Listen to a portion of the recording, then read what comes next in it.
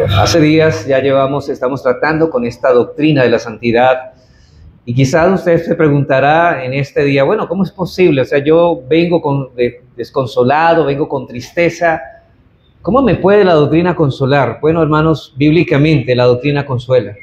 Si hay algo que necesitamos para que nuestro corazón sea consolado y fortalecido, es la doctrina bíblica, es la palabra del Señor. Si ustedes leen todo el discurso del aposento alto en Juan 13 al capítulo 16, encontrará que los apóstoles del Señor están desconsolados, están tristes porque el Señor los va a abandonar, pero a pesar de eso el Señor lleva y lo motiva a consolar a sus discípulos, a sus tristes discípulos. ¿Y qué utiliza el Señor Jesucristo para consolarlos? Utiliza doctrina. Y esto es lo que los fortalece, esto es lo que los anima, y esto es lo que los llena de vigor para seguir la vida cristiana. Así que nosotros, hermanos, lo hacemos, y mi propósito y mi objetivo al predicar esta doctrina, la santidad, es que usted, hermano, sea consolado a través de esta enseñanza que el Señor nos reveló a través de sus apóstoles y también de sus profetas.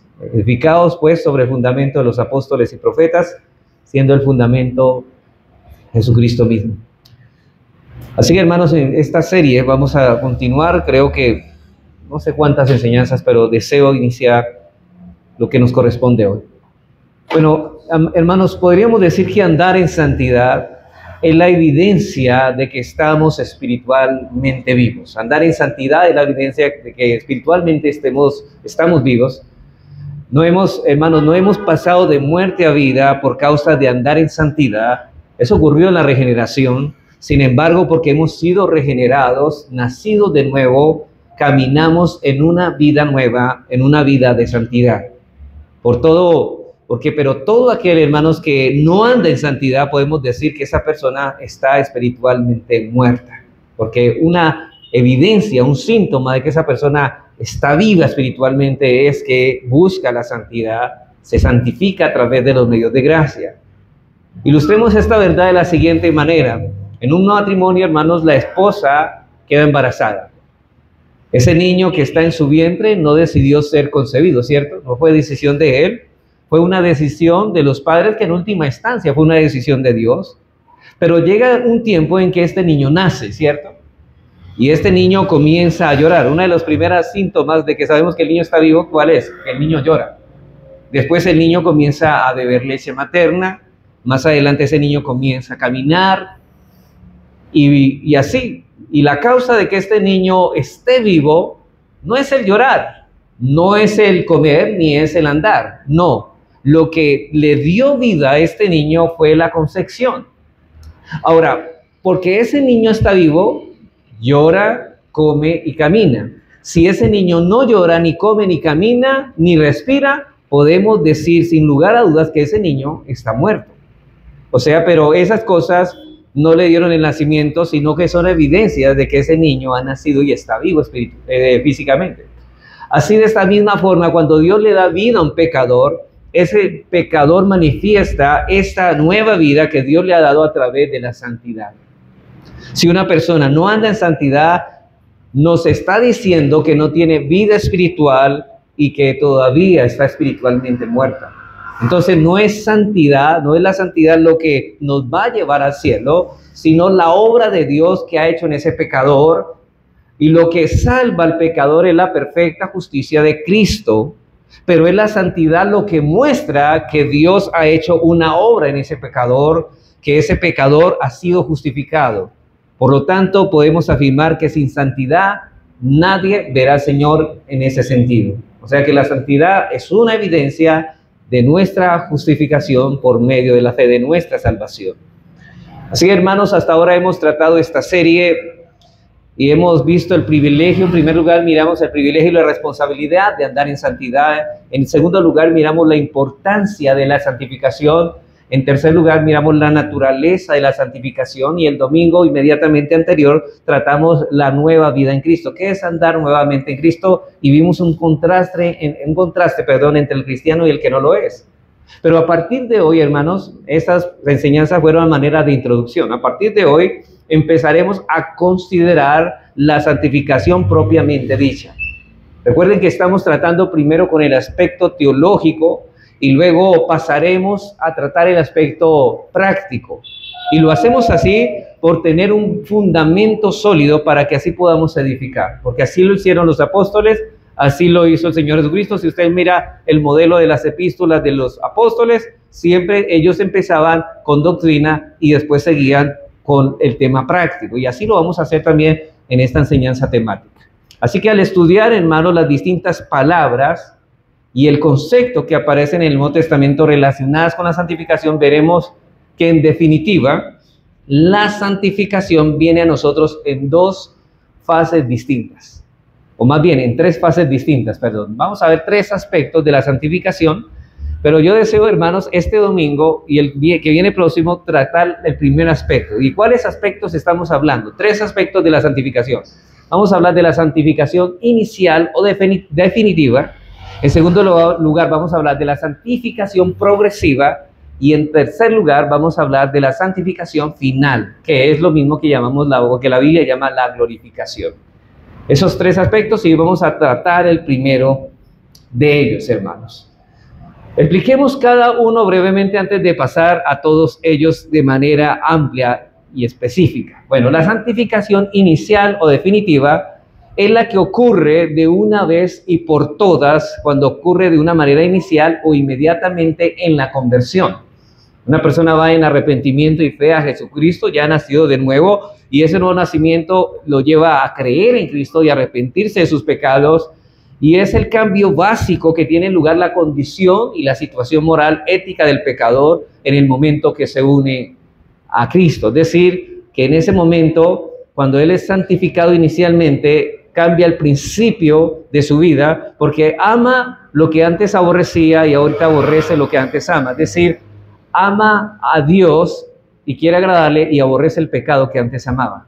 Ese es el cambio que ha sucedido en el interior. Y recuerden, hermanos, este no es un acto de Dios fuera del hombre, sino dentro del hombre. Es una obra subjetiva. Él no solo está justificado en el momento en que cree, también hay una separación decisiva del dominio reinante del pecado y una consagración a Dios que ocurre con la conversión. Pero tenemos también la santificación progresiva. Es la que ocurre paulatinamente, morimos cada vez al pecado que mora en nosotros. Note que el primero, el pecado reina y ya no reina, ¿no? Ya no tiene dominio, pero en esta dice que el pecado mora y ahora ese pecado que mora comenzamos a darle muerte. El pecado remanente, y cada vez que hacemos morir ese pecado nos conformamos más a la imagen de Dios. Esta santificación progresiva es un proceso que se prolonga desde nuestra conversión hasta que seamos transformados, hasta que a la gloria de Cristo, hasta cuando Cristo regrese. O sea, ¿se acuerda cuando dice que la obra que comenzó en nosotros la perfeccionará hasta el día de Cristo? Es progresiva, la perfeccionará. O sea, hay un proceso que continúa. Dios nos ha librado del dominio del pecado, pero ahora tenemos que luchar con el pecado que mora en nosotros, y eso ocurrirá hasta que cuando Cristo venga. Entonces, toda la vida el cristiano va a estar luchando con el pecado remanente. Y en tercer lugar está la santificación final, que llamamos glorificación, y es la que alcanzaremos en el día final, cuando nuestros cuerpos sean glorificados, es decir, el pecado será totalmente erradicado de nuestra vida. Ya no habrá ni dominio del pecado, ni pecado remanente, será totalmente exterminado, siendo erradicado el pecado completamente de nuestras vidas, y así ya no tendremos que lidiar nunca más con el pecado. Así que he aquí, hermanos, las tres fases, si usted lo quiere llamar así, o aspectos de la santificación. Santificación inicial o definitiva, santificación progresiva, santificación final o glorificación. Y el apóstol Pablo utiliza un texto, yo quiero utilizar porque ustedes dirán, bueno, eso, ¿los dos se encuentran por separado en la Biblia? Sí, habla de los dos aspectos hablando de la santificación definitiva y progresiva. Por ejemplo, si vamos a por 1 Corintios, y yo deseo que ustedes se ubiquen en 1 Corintios, capítulo 1, y más exactamente en el versículo 2, vamos a notar que en este saludo que hace Pablo a la iglesia de Corinto, porque era una iglesia con muchos problemas, pero Pablo los llama como hermanos y santificados. Pero note que ahí Pablo hace dos observaciones de la primera fase y de la segunda. Habla de la santificación definitiva y habla de la santificación progresiva. Dice a la iglesia de Dios que está en donde, en Corintio, y mire la palabra, a los santificados. Y esta palabra está en voz pasiva. O sea, significa que ellos han sido por alguien santificados en Cristo Jesús. Y además está en tiempo presente perfecto, significa que de una vez y para siempre. Ellos ya son santificados. No van a ser, no están siendo, ya son. Entonces a eso llamamos santificación definitiva o inicial. Pero por otro lado, dice Pablo, llamados a ser santos. Entonces uno dice, Pablo, tú te estás contradiciendo. ¿Cómo así que santificados pero llamados a ser santos? ¿Luego ya no son? Sí, ya son, pero están siendo llamados a ser santos. Entonces aquí encontramos en este segundo la santificación progresiva, porque son llamados. Hay una exhortación. Pablo no los exhorta. La primera no es una exhortación, sino una declaración de Pablo. Ustedes son santificados. Pero en segundo lugar, sí los exhorta a ser santos. Ahora, ya que el dominio del pecado ya no reina sobre ustedes, deben vivir en santidad y hacer morir el pecado y conformarse a la imagen de Cristo. Con todos, sigue diciendo él, con todos los que cualquier lugar invocan el nombre de nuestro Señor Jesucristo, Señor de ellos y nuestros. Hablando de todos los cristianos, porque toda esta experiencia la han sufrido todos los cristianos. ¿Ven, hermanos, aquí las dos fases de la santificación? ¿Sí las notaron en ese texto?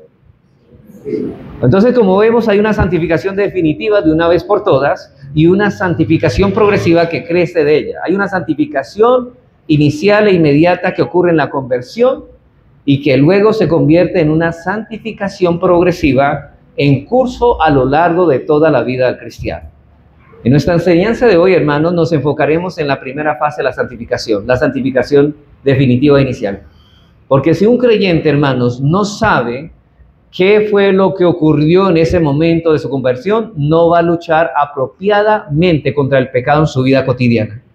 Y lo que veremos en esta mañana es básicamente tres cosas, y yo creo que no las alcanza a ver las tres cosas, pero tres cosas o tres aspectos de esa santificación inicial o definitiva. Vamos a mirar en primer lugar el fundamento escritural de esta doctrina, de la santificación inicial o definitiva, la base doctrinal o el fundamento escritural.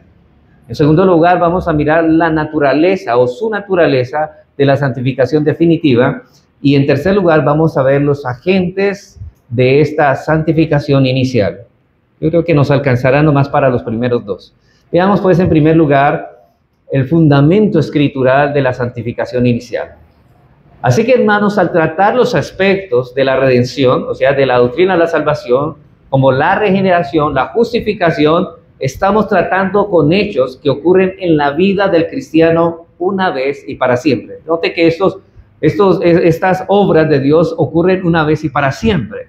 Es decir, o usted ha sido regenerado o usted está muerto espiritualmente, o usted ha sido justificado o usted está condenado. Estas cosas ocurren de una vez y para siempre y no aceptan cambios ni progresos. Ningún cristiano es más regenerado que otro, ningún cristiano es más justificado que otro. Todos los creyentes hemos sido igualmente regenerados, hemos sido igualmente justificados, pero no todos tenemos el mismo nivel de santidad. Por ejemplo, hermanos, si vemos el apóstol Juan, con respecto a nosotros, podríamos decir que aunque nosotros somos santos, pues el apóstol Juan es más santo que nosotros. ¿Sí ves que hay un nivel de santidad? No podemos decir lo mismo de la regeneración ni de la justificación. El apóstol Juan no era más justificado que usted, no era más regenerado que usted, pero probablemente sí era más santo que usted y yo. Así que, hermanos, ahora nos preguntamos, ¿con la santificación ocurre lo mismo que con la justificación y la regeneración? A lo que respondemos en un sentido sí y en otro sentido no. En un sentido sí y en otro sentido no. En un sentido no, porque la santificación contiene un aspecto de progreso y de crecimiento. En este proceso algunos creyentes han crecido más que otros, unos creyentes son más santos que otros, tienen más evidencia de que están manifestándose a Cristo, pero en otro sentido sí se parecen a la justificación, como la justificación y la regeneración ocurre una vez y para siempre, la santificación también es presentada de esa misma forma. Por esta razón, la humanidad está dividida entre santos e impíos. Podríamos decir entre santos inconversos. Es la santificación progresiva y nosotros debemos crecer. Somos llamados a crecer en santidad. Por eso el título de esta enseñanza o esta serie más bien es Creciendo en Santidad. Y esa obra de santificación progresiva parte ¿de dónde? De la santificación definitiva.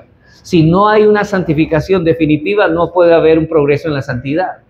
Porque es de ahí donde brota el principio de querer ser santos. De la santidad inicial brota el deseo de ser santos y por eso buscamos la santidad todos los días de nuestra existencia. Hay una santificación inicial e inmediata que ocurre una vez y para siempre, que luego se convierte en una santificación progresiva en el curso de la vida del cristiano.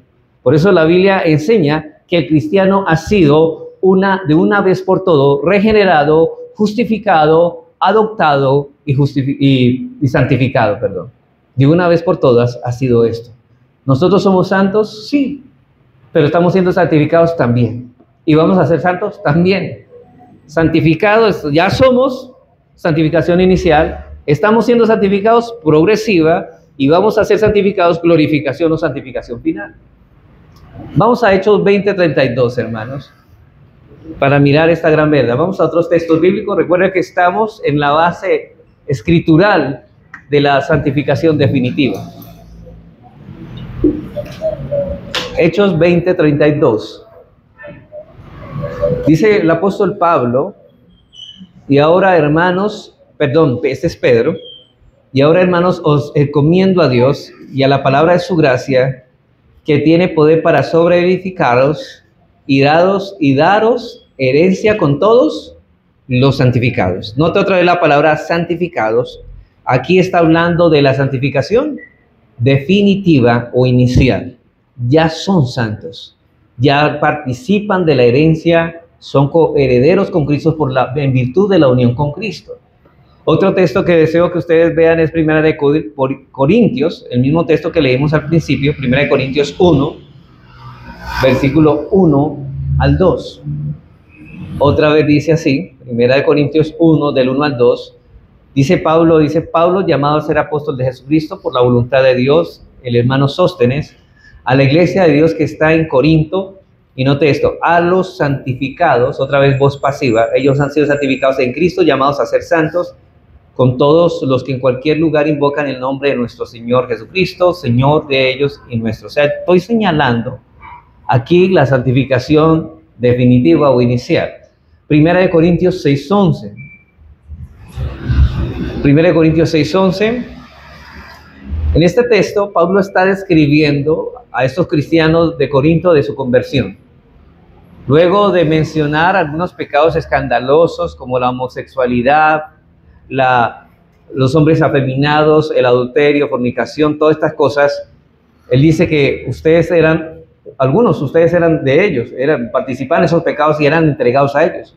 Y luego mencionar ellos, dice cómo antes vivían, y todo verdadero creyente ya ha sido santificado, no importa cuántos años lleve convertido, pero estas cosas cambiaron. Mire lo que dice el texto, y esto erais algunos, mas ya habéis sido lavados, ya habéis sido santificados, ya habéis sido santificados. No van a ser, no están siendo, ya habéis sido santificados, ya habéis sido justificados en el nombre del Señor Jesús y por el Espíritu de Dios.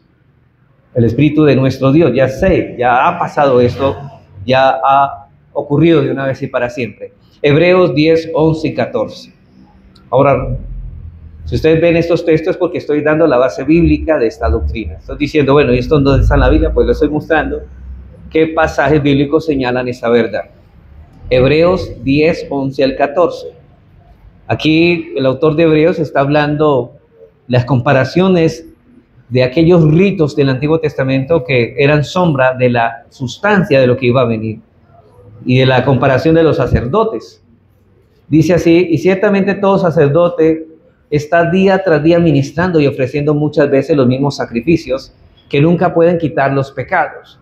Pero Cristo, habiendo ofrecido una vez y para siempre un solo sacrificio por los pecados, se ha sentado a la diestra de Dios, de ahí en adelante, esperando hasta que sus enemigos sean puestos por estrado de sus pies. Eso ya ocurrió. Cristo ascendió, está a la diestra de Dios, ya presentó el sacrificio a favor de los escogidos para que sean salvos. Ahora el Espíritu Santo viene a aplicar esas obras, y miren lo que sigue diciendo el autor de Hebreos, porque con una sola ofrenda hizo perfectos para siempre ¿a quién? A los santificados, a los que ya son santificados. Otra vez, esta palabra santificados significa santificación inicial. Así que hemos podido comprobar a través de estos textos que hay una santificación inicial, hermanos. Ahora es necesario que pasemos a considerar qué es la santificación definitiva o inicial. Ya hablamos de su base o fundamento escritural. Ahora vamos a hablar de la naturaleza de esa santificación inicial. ¿Cuál es la naturaleza de esta obra de redención? ¿Qué fue lo que sucedió en nosotros cuando esta obra de gracia se operó en nuestro interior? Veamos pues en segundo lugar su naturaleza. Hermanos, conocer la naturaleza de la santidad inicial es de suma importancia para la santificación progresiva. Porque de ella, de hecho, nuestra confianza en luchar diariamente contra el pecado y con las tentaciones es cuando tenemos claridad de lo que ha ocurrido en esa santificación inicial. Si no sabemos qué fue lo que ocurrió en esa obra santificadora, no podremos luchar de manera apropiada contra el pecado remanente en busca de la santidad.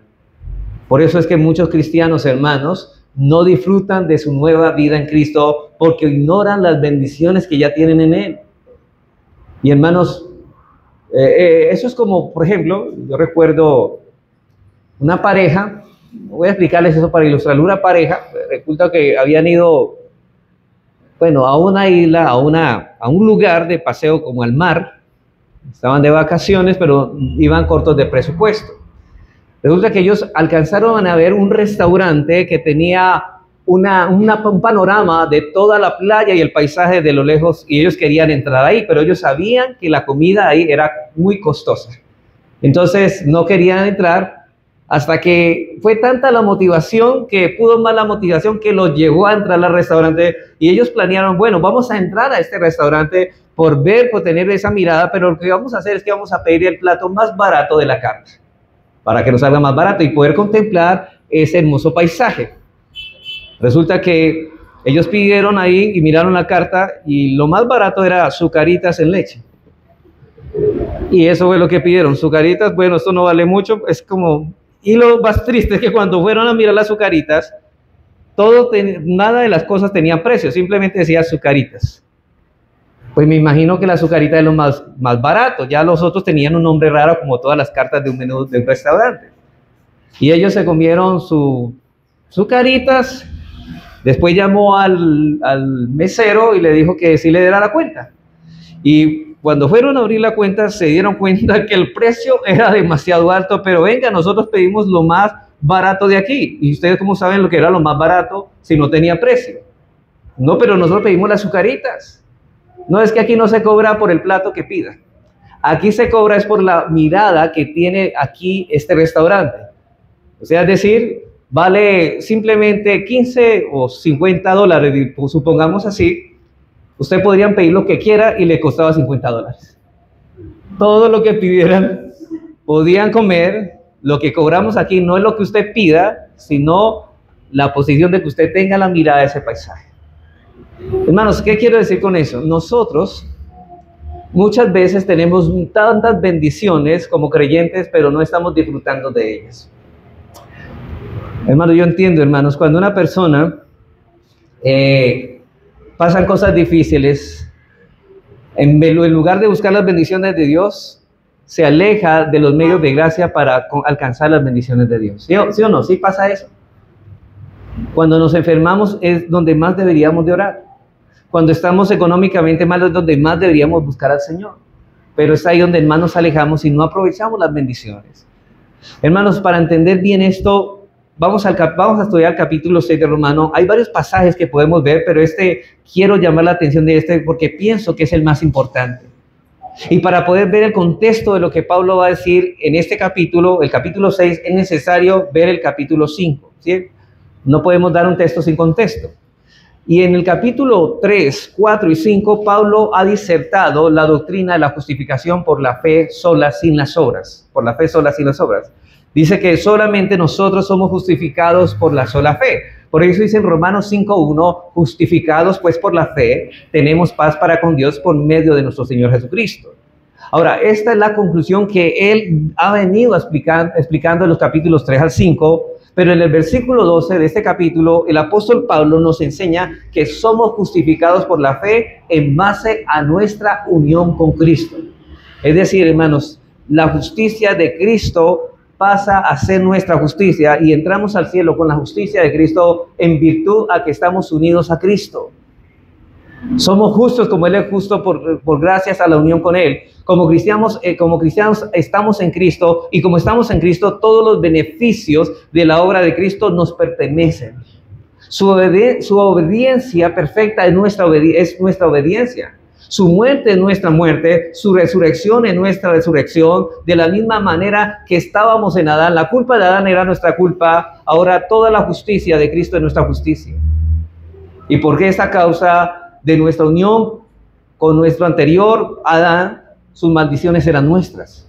Entonces Pablo presenta un pasado y un presente de este tema de la justificación, y vamos a Romanos 5:12 al 19 para mirar cómo vivíamos antes de Adán y cuál fue el cambio o el contraste con Cristo.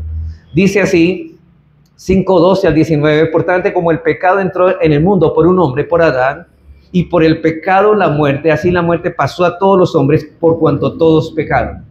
Es decir, todos pecamos en Adán. Cuando Adán pecó, todos estábamos en los lomos de Adán. Versículo 13. Pues antes de la ley había pecado en el mundo, pero donde no hay ley no se inculpa de pecado. No obstante, reinó la muerte desde Adán hasta Moisés, aún en los que no pecaron a la manera de la transgresión de Adán, el cual es figura del que había de venir. Es decir, no solamente son culpables por la culpa de Adán, sino por los pecados actuales que cometen.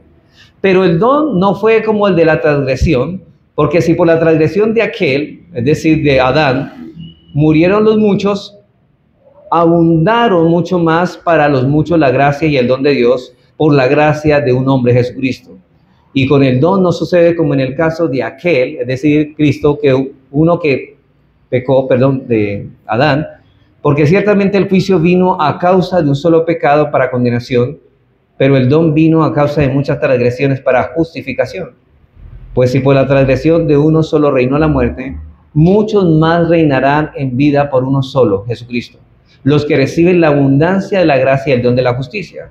Así que como por su transgresión, por la transgresión de uno vino la condenación a todos los hombres, de la misma manera por la justicia de uno vino a todos los hombres la justificación de vida, porque así como por la desobediencia de un hombre los muchos fueron constituidos pecadores, así también por la obediencia de uno los muchos serán constituidos justos. Hermanos, cuando Adán pecó, él representaba a toda la raza humana. Él era el representante, la cabeza, como dicen los teólogos, federal de todos. Y cuando Adán es culpable, toda la raza humana que nace de los lomos de él es culpable. Por consiguiente, cuando Adán pecó, toda la raza humana pecó con él. Y alguien diría, bueno, yo no estaba allí. Si usted estaba allí en los lomos de Adán, porque usted viene de Adán y era culpable. De la misma manera que cuando Cristo obedeció perfectamente la ley de Dios y murió en la cruz y resucitó, nosotros, los creyentes que estamos unidos a Él, obedecimos la ley y morimos en la cruz y resucitamos con Él. Eso es muy importante que usted lo tenga en cuenta y sepa que nuestra unión con Cristo nos hace realmente recibir todos los beneficios que Él alcanzó por medio de su obediencia perfecta y por medio de la muerte de la cruz.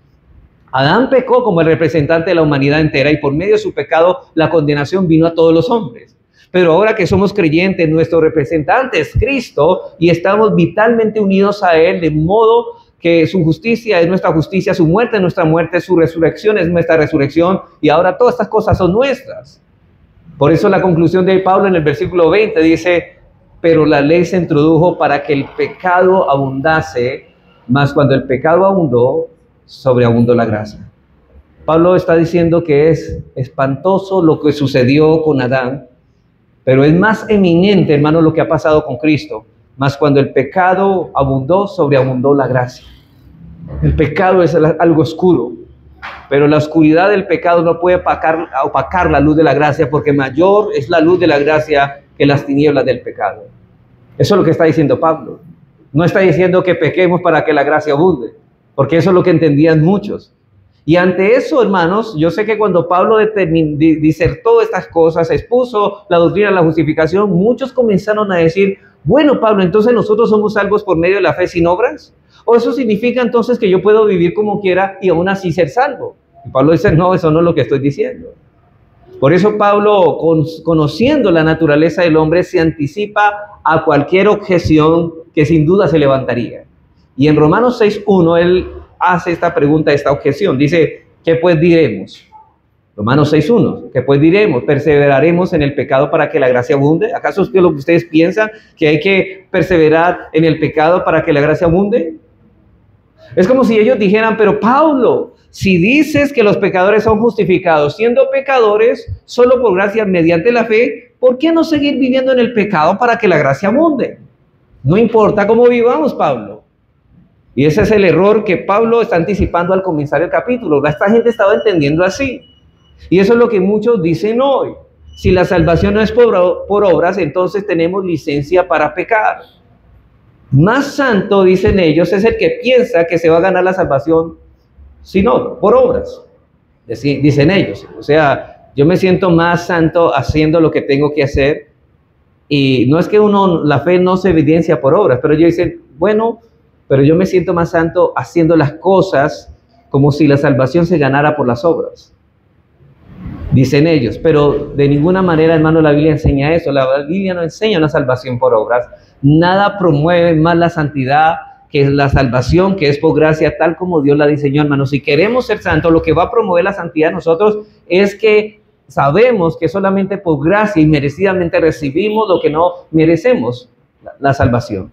Somos justificados por la fe sin las obras de la ley. Pero Pablo, habiendo anticipado esta objeción, ahora pasa a refutarla en el versículo 2, explicando que esa misma unión con Cristo que hizo posible nuestra justificación, hace también posible nuestra santificación. Dice el versículo 2, en ninguna manera, dice, porque los que hemos muerto al pecado, ¿cómo viviremos aún en él? Ya hemos sido librados de la culpa, del pecado y de los pecados.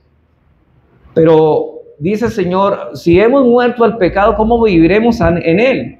Nuestra unión con Cristo hizo posible la justificación y también hizo posible también la justificación. Pablo describe al creyente aquí como aquel que ha muerto ¿a qué? Al pecado. Por eso él dice, si ha muerto al pecado, ¿cómo vivirán en el pecado a quien han muerto? Es decir, antes de ser creyente éramos esclavos del pecado. Ningún cristiano es esclavo del pecado. Y aquel que es esclavo del pecado no es cristiano. Éramos esclavos del pecado, hermanos. Eso es lo primero que dice Pablo. El pecado era nuestro amo, nuestro Señor, pero en nuestra conversión morimos al pecado y por lo tanto el pecado dejó de ser nuestro rey, ya no reina sobre nosotros, ya dejó de ser nuestro amo. El pecado antes de ser cristianos tenía dominio sobre nosotros, pero ya no, porque hemos sido libertados de este dominio por la obra de Cristo en virtud a nuestra unión con Él. Hemos muerto al pecado. Es como, permítanme explicarles, nosotros éramos esclavos del pecado. ¿Qué pasó para dejar de ser esclavos con relación a la muerte? Teníamos que morir, para que muriendo ya no tengamos ninguna relación con el pecado. Es como una esposa tiene relación con su marido mientras éste vive, pero si el esposo vive, termina esa relación, tiene que el esposo morir. Lo mismo sucede con nosotros. En este caso, nosotros somos los que morimos para no tener una relación con el pecado. Morimos con Cristo para que ya cambiemos de Señor. Pero hermanos, no solamente quedamos muertos al pecado, sino que resucitamos para ahora cambiar de Señor, de amo. Ahora, ¿quién es nuestro Señor? Cristo. Cambiamos de amo por medio de la muerte y la resurrección de Cristo en nuestra unión con Él. Así que hermanos, por eso Pablo dice en Romanos 6:14, dice, porque el pecado no se enseñoreará de vosotros. Él está convencido de eso. Él está declarando eso. El pecado ya no va a reinar sobre ustedes. Ustedes ya han muerto al pecado. Versículo 17. Pero gracias a Dios que aunque erais esclavos del pecado, habéis obedecido de corazón aquella forma de doctrina a la cual fuiste entregados. Porque estas personas obedecieron el evangelio porque fueron libertadas del pecado. Y versículo 18, y libertados del pecado viniste a ser siervos de la justicia. Ahora estas personas sirven al Señor cumpliendo sus mandamientos y sus preceptos. Versículo 20, porque cuando erais esclavos del pecado, erais libres acerca de la justicia. Versículo 21, pero ¿qué frutos tenías de aquellas cosas de las cuales ahora os avergonzáis? Note que ellos ya se avergüenzan del pecado, cosa que antes se regocijaban en el pecado. Hay un cambio.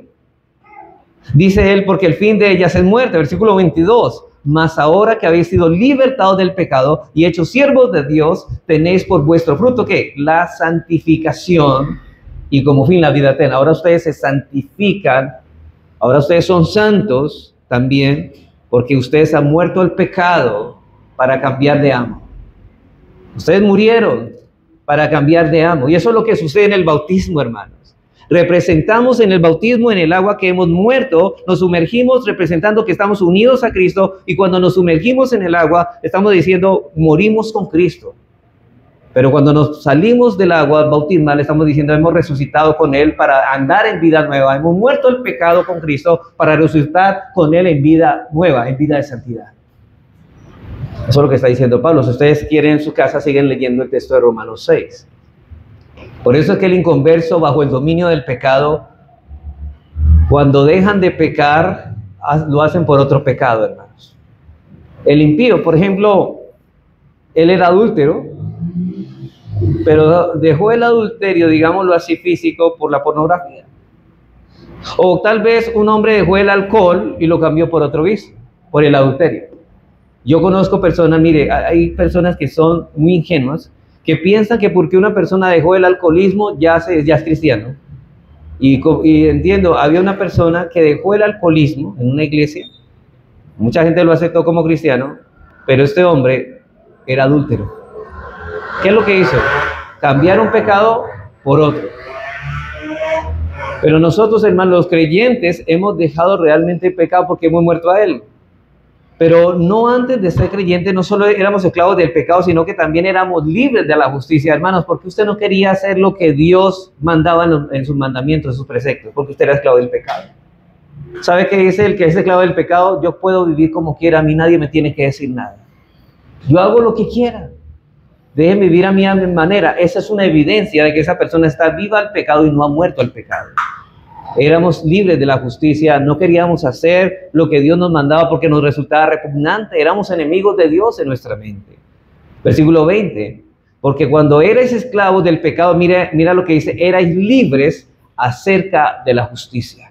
En otras palabras, no teníamos a Cristo como nuestro Señor, nuestras conciencias no se sentían sujetos al dominio de la ley moral de Dios, es decir, de los mandamientos. Pensábamos que no teníamos ningún deber para con Dios. Eso es exactamente lo que Pablo explica en Romanos 8:7, cuando antes vivíamos en la carne, por cuanto los designios de la carne son enemistad contra Dios, porque no se sujetan a la ley de Dios ni tampoco pueden, y los que viven según la carne no pueden agradar a Dios porque no quieren agradar a Dios, porque no les interesa, porque les parece que los mandamientos de Dios son desagradables. Ellos prefieren hacer su voluntad. Por eso no hacen lo que Dios manda. Por eso es que no les parece agradable cuando uno se para a predicar aquí, no les gusta lo que Dios dice y demanda. La ley de Dios decía una cosa, pero nuestra alma decía otra. No quiero obedecer, quiero que mi vida, o vivir mi vida a mi manera, conforme a mis preferencias, no me gusta lo que Dios me demanda. Esta es la terrible condición del inconverso. Uno le dice, Dios dice esto, pero él dice, a mí no me parece que las cosas deben de ser así. Él dice, a mí no me parece que las cosas deben ser así. Si él pudiera reinterpretar la Biblia de otra forma, él lo haría, pero no le parece lo que está en la Biblia, y él es sabio en su propia opinión, y le rechaza todo lo que Dios manda porque su corazón es esclavo del pecado. Él sabe que Dios le está pidiendo que para poder obedecer los mandamientos tiene que morir a su pecado, cosas que no quiere morir. Su conciencia no se siente sujeta a la ley de Dios. El inconverso es libre de la justicia. Eso éramos antes, pero ahora hemos muerto, hermano, al pecado, y ahora hay un deseo, un principio de vida que desea guardar los mandamientos. Mire, vamos a Ezequiel 36, 26 al 27. Eso es lo que este pasaje nos habla claramente. Mire lo que sucede en la persona que Dios lo liberta del pecado. ¿Qué hace en la regeneración y qué hace en la conversión? Dice así el profeta Ezequiel en el versículos 26 al 27 de Ezequiel 36.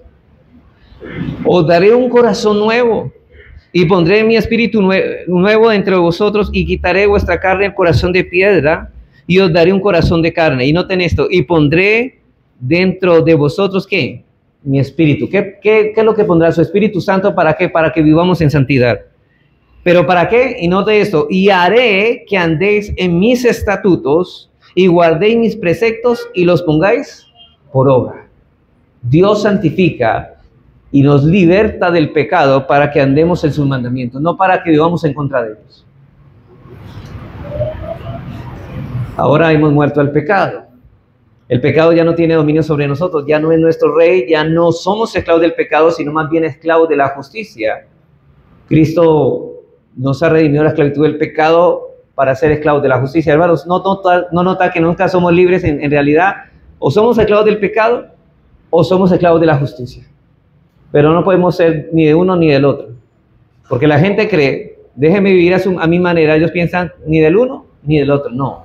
Si no estás viviendo en obediencia a la justicia, eres esclavo del pecado.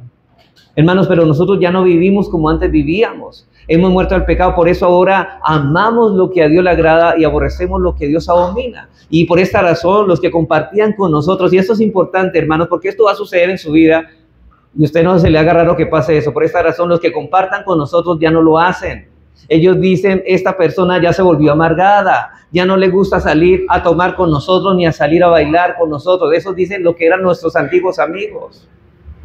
Ya con él o ella no se puede hablar nada porque todo es pecado. Comienza a decir esta gente, ya no le puede contar el último chisme porque todo es pecado.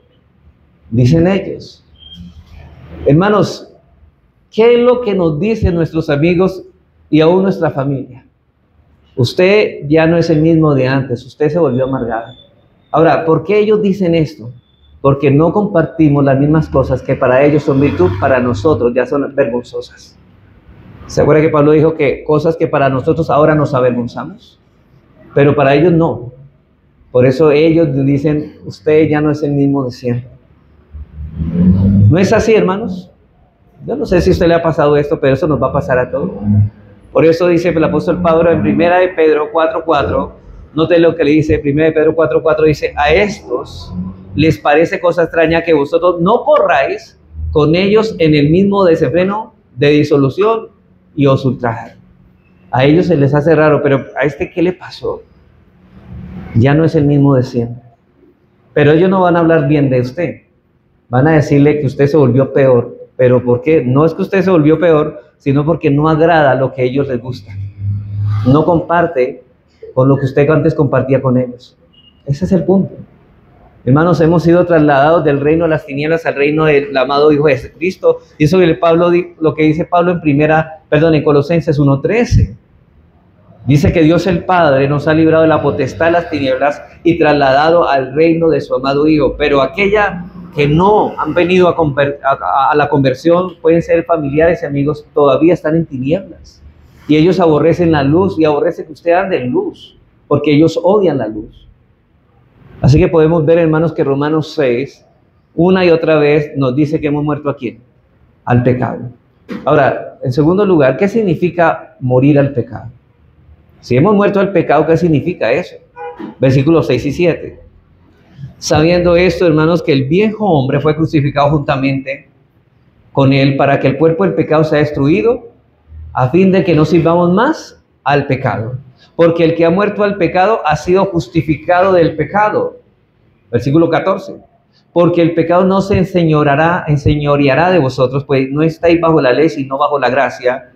Versículo 22. Mas ahora que habéis sido libertados del pecado y hechos siervos de Dios, tenéis por vuestro fruto, ¿qué? La santificación y como fin la vida eterna.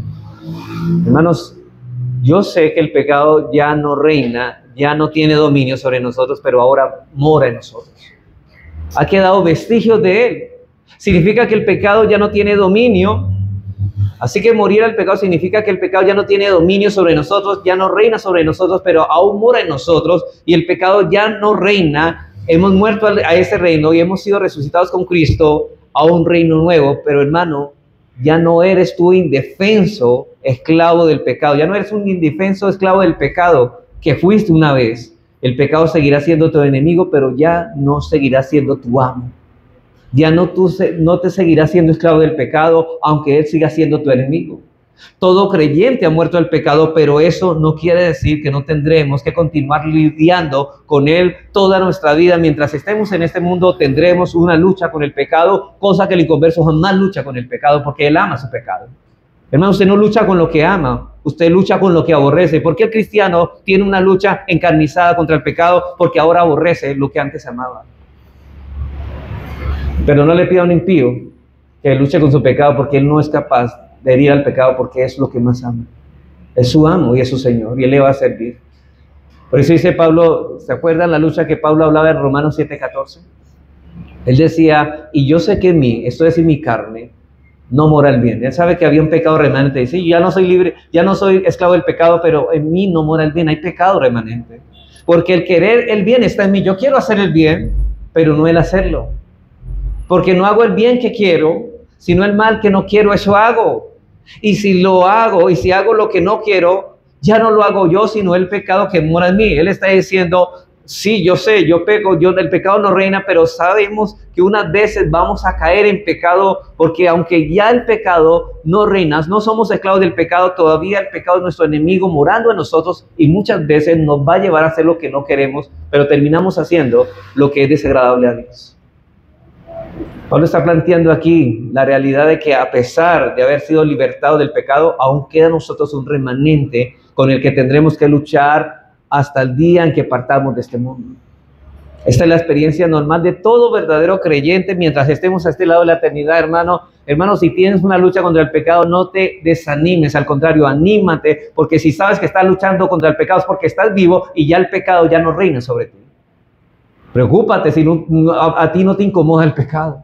Si tú transgredes un mandamiento y no te parece molesto, preocúpate, quizás estás muerto y todavía sigues esclavo de tus pecados. Así que todos los que hemos sido justificados en virtud de nuestra unión con Cristo también hemos experimentado una vida de completa separación del dominio del pecado que tenía sobre nosotros. Por eso es imposible que alguien que haya sido justificado, hermanos, peque deliberadamente para que la gracia abunde. El que ha sido justificado también ha sido santificado. Primera de Pedro 2:22.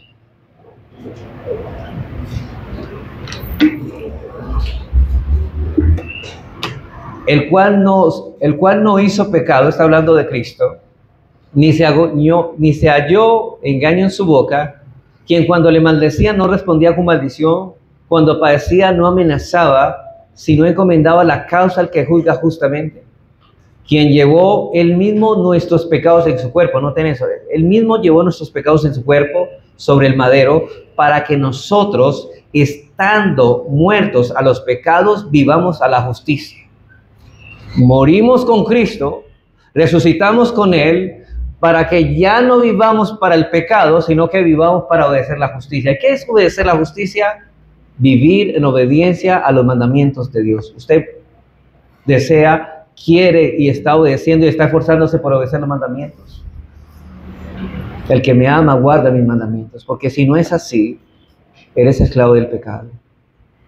Porque si tú dices, yo prefiero hacer lo que me gusta y no hacer lo que Dios manda, entonces eres esclavo de los pecados, porque ese yo hago lo que quiera es que el pecado te dice qué hacer y tú piensas que eres tú, es el pecado tuyo que te esclaviza.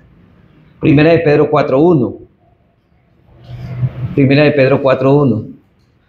Puesto que Cristo ha padecido por nosotros en la carne, vosotros también armaos del mismo pensamiento, pues quien ha padecido en la carne terminó ¿con quién? Con el pecado, para no vivir el tiempo que resta en la carne conforme a las concupiscencias de los hombres, es decir, conforme a los deseos de nuestro corazón, sino conforme a la voluntad de Dios. No vivimos conforme a nuestros caprichos, a nuestros deseos, sino conforme a la voluntad de Dios. Por eso, hermanos, la demanda del cristiano es negarnos a nosotros mismos. Si no estamos dispuestos a negarnos, no somos cristianos. No hemos muerto al pecado. Hay personas que piensan que van al cielo viviendo a su manera, ¿no, hermano? Están muy equivocados. Primera de Pedro 3, 5 al 9. Primera de Pedro 3, 5 al 9. Dice el apóstol Juan: y sabéis que Él apareció para quitar nuestros pecados, y no hay pecado en Él. Todo aquel que permanece en Él no peca. Ahora no estoy diciendo aquí, Juan no está diciendo que el cristiano no peca, porque Él ya dijo, si ustedes leen en Primera de Juan 1, 8, dice, si decimos que no tenemos pecado, le hacemos al mentiroso y su palabra no está a nosotros. Pero entonces, ¿cómo es que Él dice aquí que todo aquel que permanece en Él no peca? Sí, no practica el pecado. La palabra aquí es no continúa en pecado. Todo aquel que peca no le ha visto ni le ha conocido. O sea, es decir, cualquiera que vive en transgresión a la ley no conoce a Dios, por eso peca. Hijitos, nadie os engañe. El que hace justicia es justo como Él es justo. El que practica el pecado, ¿de quién es? Es del diablo, porque el diablo peca desde el principio. Para eso apareció el Hijo de Dios. ¿Para qué? Para deshacer las obras del diablo. Y todo aquel que es nacido de Dios no practica el pecado, porque la simiente de Dios permanece en él. ¿Cuál es la simiente de Dios? El Espíritu Santo que lo santifica permanece en él y no puede pecar, o sea, no puede continuar más en el pecado porque es nacido de Dios. Ya no vive para agradarse a sí mismo, ya no vive para hacer lo que le parece, sino lo que Dios dice. Él dice, Dios dice esto, a mí me gusta eso, pero un momento, yo he muerto al pecado, por lo tanto, yo voy a hacer lo que Dios dice. Así no me guste y no me parezca. Pero es lo que Dios dice, es lo que me debe agradar y es lo que me trae bien a mí y es lo que necesito yo hacer. Quiero concluir, hermanos. Vamos a dejar el tercer encabezado para el próximo domingo. Simplemente quiero concluir con 3 principios simples, con 3 principios simples que quiero subrayar para concluir. Número 1, aprendemos de ese pasaje de Romanos 6 que todo creyente, que todos los que han sido justificados por la fe, también han resucitado con Cristo para caminar en novedad de vida, santificación definitiva. En segundo lugar, cada creyente que es un hombre nuevo en Cristo, debe luchar constante y deliberadamente contra el pecado remanente que aún mora en nosotros, hermanos. Hermanos, hay luchas para leer la Biblia, hay luchas para orar, hay luchas para venir a congregarnos, hay lucha para educar a nuestros hijos como Dios manda, hay lucha para que una esposa se someta a su esposo, hay luchas para que un esposo trate a su esposa con sabiduría y con ternura, hay luchas para todo eso que Dios nos manda hacer. Hay luchas para guardar el día del Señor y no comercializar en ese día. Hay muchas luchas que tenemos que librar, hermanos. Pero, hermanos, el cristiano siempre está en esa lucha. Y él va a terminar haciendo lo que Dios le agrada, no lo que a él le agrada. Hermanos, esta muerte al pecado y ser resucitado en Cristo a una nueva vida no significa la completa ausencia del pecado en nuestras vidas. No significa que el pecado haya sido completamente erradicado. No. Los deseos interiores del pecado continúan luchando dentro de nosotros. Pablo dice, muchas veces queremos hacer otras cosas. Y es una batalla constante. Pablo deja eso claro en Romanos 7. Esta santificación definitiva o inicial deriva a una santificación progresiva. ¿Sabe qué? Si soy santo, voy a buscar mortificar el pecado que aún mora en mí. Y quiero conformarme más a la imagen de Cristo. 3. Cada creyente que ha muerto ya ha sido resucitado a una nueva vida en Cristo y que debe lidiar con el pecado remanente, debe hacerlo desde la perspectiva y la confianza de que ya no es un hombre viejo, ya no es un viejo hombre. Hermanos, yo sé que han enseñado eso, que nosotros hay un viejo hombre y un nuevo hombre luchando. No, eso no es verdad. Nosotros, los que hemos nacido en Cristo, convertidos, ya no somos un viejo hombre. Ese viejo hombre ya fue crucificado. Somos una nueva criatura. Si alguno está en Cristo, nueva creación es. Él, de hecho, murió a la vieja persona que una vez fue y se ha hecho una nueva persona en Cristo. En otras palabras, la santificación progresiva debe buscarse en la confianza de la santificación definitiva. Hermanos, si no entendemos esta santificación definitiva, no podremos luchar constantemente con el pecado remanente. Pero, hermanos y amigo que esta mañana está conmigo, usted está conmigo y oyendo esto, yo le pregunto, ¿usted su vida está marcada por qué? ¿Por hacer lo que a usted le parece o hacer lo que Dios demanda? Hay muchos mandamientos, hermanos. No estoy hablando solamente del decálogo, hay muchos mandamientos dentro de los mandamientos. Pero la pregunta, ¿usted está como viviendo a su manera o a la manera de Dios? Porque si usted no ha sido libertados no ha sido libertado de la esclavitud del pecado, usted sigue viviendo a su manera. De hecho, una de las formas de vivir a nuestra manera, usted escoge qué obedecer y qué cosas no obedecer. Eso es vivir a la manera. Usted escoge lo que usted quiere obedecer. Pero nuestra obediencia, hermanos, si hemos muerto al pecado, nuestra obediencia es universal. A todo lo que el Señor manda, vamos a obedecer. Así que como creyentes en Cristo debemos buscar la santidad, porque esta es la serie, hermanos. En esta confianza y desde esta perspectiva es que estamos en unión con Cristo y su poder de resurrección está trabajando en nosotros. Puedo luchar contra el pecado remanente con la confianza de que no es una batalla sin esperanza, hermanos. ¿Sabe por qué? Porque el Espíritu Santo nos ayuda en nuestra debilidad. Y en la medida que lo haga, tendré éxito y progresaré en esto. Confiemos, hermanos. Si Dios lo ha librado del pecado, tenga la plena certidumbre de que usted podrá luchar ferozmente contra el pecado y el pecado ya no tendrá dominio sobre usted. Porque Dios le ha dado su gracia. Y es más, le ha dado medios de gracia para usted fortalecerse en esa lucha. Y va a empezar una semana nueva. Pero ¿cómo va a afrontar usted esa semana? No es haciendo lo que a usted le parece, es haciendo lo que Dios manda. Eso es un cristiano. Alguien decía, solamente los cristianos podemos vivir como cristianos. Por eso no le pido a una persona inconversa que viva como un cristiano. ¿Por qué no puede vivir como un cristiano? Porque no lo es. Porque no lo es.